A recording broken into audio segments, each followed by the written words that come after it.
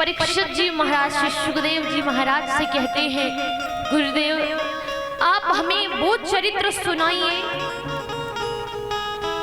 जो भगवान ने सबसे पहले उसका भेष, सबसे पहले उसका अवतार लिया।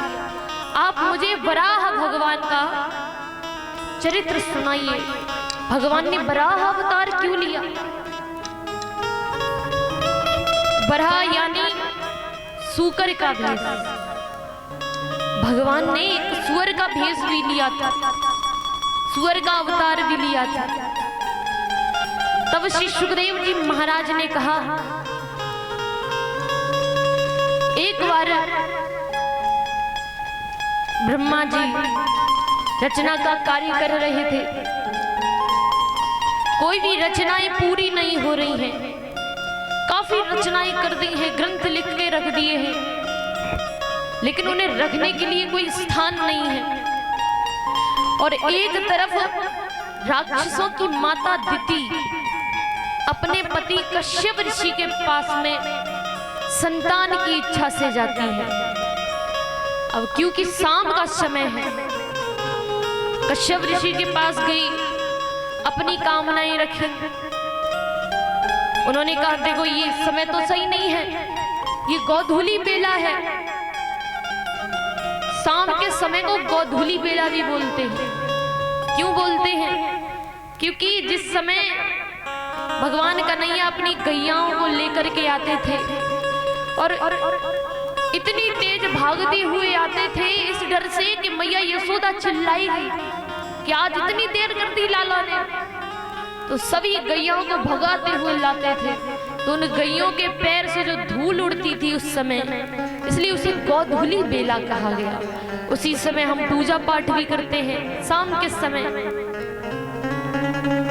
और कहा जाता है कि उसी समय पर जब हम पूजा करते होते हैं उस समय पर पार्वती मैया और भोले बाबा दोनों लोग पृथ्वी का भ्रमण करने के लिए निकलते हैं। दोनों लोग पृथ्वी की परिक्रमा करने के लिए निकलते हैं, इसलिए गोधूली वेला में पूजा पाठ करना अति आवश्यक होता है।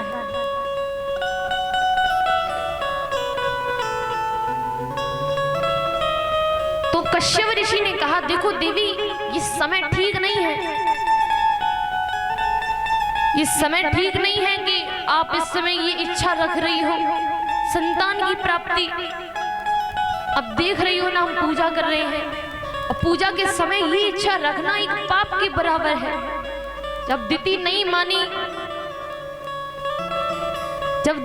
मानी तो कश्यप ऋषि ने उसकी इच्छा पूरी कर दी और फिर से स्नान करके पूजा पाठ में लग गए और नाराज हो गए हैं। माता दिति ने जान लिया, रे स्वामी तो नाराज हो गए, अब तो मनाना पड़ेगा। तो पास में गई, बोला, अरे मेरा आपको नाराज करने का कोई मन नहीं था, मैं तो इसलिए बोली कि आपका वंश आगे बढ़े, आपका नाम रोशन करे, आगे चल के आपका भी नाम हो। ऋषि ने कहा, वो बात सही है, लेकिन गलत समय में किया हुआ कार्य हमेशा गलत ही परिणाम देता है। तुम एक ऋषि की पत्नी हो के ये विचार रखती हो? तो काफी बार दिति ने क्षमा मांगी, अरे मुझे क्षमा कर दो, अब ये गलती हम दोबारा नहीं करेंगे। तब कश्यप ऋषि कहते हैं, क्योंकि तुमने क्षमा मांग ली है और जो गलती की है उस गलती की सजा ये है कि आपके एक नहीं दो बालक होंगे और महादैत्य बालक होंगे, महा राक्षस होंगे। बड़े बड़े राक्षसों में उन बालकों का नाम लिया जाएगा। अब तो दिति बहुत डर गई, कौन मैया चाहेगी कि मेरा बालक राक्षस हो?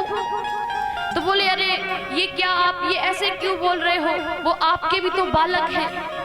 ऋषि ने कहा, गलत समय में किया हुआ काम हमेशा गलत होता है और आपने ये कार्य भी गलत समय किया है, तो उसकी सजा तो आपको मिलनी है। लेकिन तुमने क्षमा मांग ली है, इसलिए मैं कह रहा हूं कि आपका जो पौत्र होगा जो पोता होगा वो भगवान का परम लाडला होगा। वो पौत्र हुए हैं प्रहलाद। समय आने पर दिति ने गर्भ धारण किया। हमारी मैयाएं जब गर्भ धारण करती हैं, साधारण सा बालक जब जन्मती हैं तो कितने माह का गर्भ होता है? 9 महीने का। लेकिन दिति ने 100 वर्षों का गर्भ धारण किया है, क्योंकि कोई साधारण बालक नहीं आने वाला है, महादैत्य महाराक्षस आने वाले हैं। और जैसे ही 100 वर्ष हुए हैं तब माता दिति के गर्भ से अचानक से 2 पुत्र प्रकट हो जाते हैं। हाथों में अस्त्र शस्त्र है, महाक्रोध में है, मानो अभी संसार को विनाश करने के लिए उतरे हो। उन दोनों का नाम रखा गया, बड़े पुत्र का नाम हिरण्यकश्यप और छोटे पुत्र का नाम हिरण्याक्ष रखा गया। आगे वो जिसको विशाल चीज को देखते उस चीज को युद्ध करने के लिए ललकारने लगते। हिरण्यकश्यप तो राज्य का राजा बना दिया गया है, लेकिन हिरण्याक्ष समुद्र को विशाल देखता है कि कितना विशाल समुद्र है, मैं इससे युद्ध करूंगा। और जाकर के युद्ध के लिए ललकारता है। जब समुद्र ने सुना अरे ये तो युद्ध करने को तैयार है, तो उन्होंने कहा देखो मेरे तल में पृथ्वी जी है, धरा मैया है, उनको लेने कोई ना कोई अवश्य आएगा, आप उससे युद्ध करिए। अब वो इंतजार कर रहा है कि कोई तो लेने आए पृथ्वी को। इधर ब्रह्मा जी ने जब रचना का कार्य आगे बढ़ाया तो भगवान की इच्छा से अपनी दाहिनी नासिका से भगवान बराह अवतार लेते हैं। ब्रह्मा जी की दाहिनी नासिका से प्रभु बराह अवतार लेते हैं। तो एक बार जोर से बोलेंगे, बोलिए बराह भगवान की। भगवान ने बराह अवतार लिया। भगवान से ब्रह्मा जी ने कहा कि जाइए पृथ्वी जी को लेकर आइए। उनकी न होने पर बहुत ही हमारी रचनाओं का कोई महत्व नहीं है, आप उन्हें सबसे पहले लेकर के आइए। बराह भगवान गए हैं समुद्र की तरफ, देखा कि हिरण्याक्ष युद्ध के लिए तैयार है, जाने ही नहीं दे रहा। तब भगवान ने हिरण्याक्ष से युद्ध करके उसकी मृत्यु कर दी है और पृथ्वी मैया को अपने मुंह पर रख करके ऊपर लाई। इस प्रकार से भगवान का बराह अवतार हुआ और पृथ्वी मैया को ऊपर लाए। आगे रचना का कार्य जब और आगे बढ़ाया तो भगवान जब पृथ्वी आ गई है तो अब वहां पर मनुष्य होना भी जरूरी है। तो भगवान की कृपा से ब्रह्मा जी ने अपने आधे शरीर से स्वयंभू मनु पुरुष और आधे शरीर से शत्रुपा नाम की स्त्री का प्रकट किया है। 2 स्त्री पुरुष प्रकट किए हैं और उनसे कहा देखो अब मेरा काम तो हो गया, अब आपका काम है, आप अपने रचना का कार्य आगे बढ़ाइए। फिर उन दोनों से 5 बालक जन्म लेते हैं। 2 पुत्र उत्तानपाद और प्रियव्रत और 3 पुत्री देहुति, प्रस्तुति और आहुति। अब क्योंकि बड़ा पुत्र है उत्तानपाद,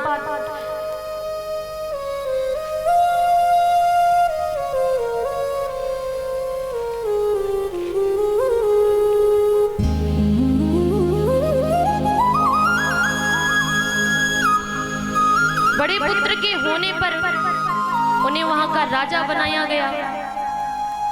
वो राज्य संभाल रहे हैं। समय आने पर विवाह हुआ है। जब उनका विवाह हुआ तो पत्नी का नाम है सुनीति। बड़ी ही सुंदर नारी है, गुणवान नारी है। और जब घर में सुंदर बहू आ जाती है ना तो बड़ा अच्छा लगता है। संस्कारी बहू है, सभी का ख्याल रखती है, सास ससुर का भी ख्याल रखती है। ऐसे ही माता सुनीति है, बड़े सुंदर विचारों की है, किसी में भेदभाव नहीं समझती है। कोई दासी या दास भी है तो उसे बहन भाई की तरह समझती है, सभी को समान इज्जत देती है। आजकल मैयाएं भी चाहती हैं, भैया लोग भी चाहते हैं हमारी पुत्र की जो पत्नी हो या हमारी बहू हो वो बड़ी गुणवान हो, अच्छी हो, संस्कारी हो। लेकिन आजकल का जमाना क्या है, गुणवान तो नहीं देखी जाती, चेहरा देखा जाता है। गोरी है कि काली है, मंगाली हीरोइन खूब बढ़िया देख करके, और जब हीरोइनी मंगा लिए तो वो तो अपनी फैशन दिखाएगी कि आपकी सेवा करेगी। सीता मैया कितनी अच्छी नारी थी, घर में जब तक पुत्री बनकर रही तभी भी किसी को एहसास नहीं हुआ कि पुत्री है या देवी है। वहां पर भी अपने माँ बाप की खूब सेवा की है। ससुराल आई है तो वहां पर भी ससुर जी यानी दशरथ जी बहू नहीं बेटी मानते हैं, क्योंकि उनके विचार, उनके गुण बड़े सुंदर हैं, बड़े अच्छे स्वभाव की है। और अगर आप चाहोगे कि सुंदर बहू हो, सुंदर बहू हो, तो सुंदर तो आ जाएगी, लेकिन आपने सुशील बहू तो मांगी नहीं, गुणवान तो मांगी नहीं। फिर क्या 4 दिन के बाद सासू माँ का खटोला घर के बाहर। तो सुंदर होना भी जरूरी है, लेकिन गुणवान होना भी जरूरी है, संस्कारी भी होनी चाहिए। सुंदरता ही सब कुछ नहीं होती है, उसके साथ में समझदारी भी बहुत बड़ी चीज है। तो सुंदर भाव बोलते हुए सीता मैया से विनती करेंगे कि माँ, जब आप जैसी नारी संसार में आ चुकी है तो हमेशा हम यही कामना करेंगे कि मैया आप जैसी ही नारी यानी आप जैसी बहू बेटी हमारे घर में आए। और जब सीता मैया का आशीर्वाद हमारे साथ होगा ना, उनका साथ, उनका हाथ हमारे ऊपर होगा ना, किसी भी प्रकार की चिंता नहीं होगी। और कहेंगे सांवरे, और सीता मैया सीता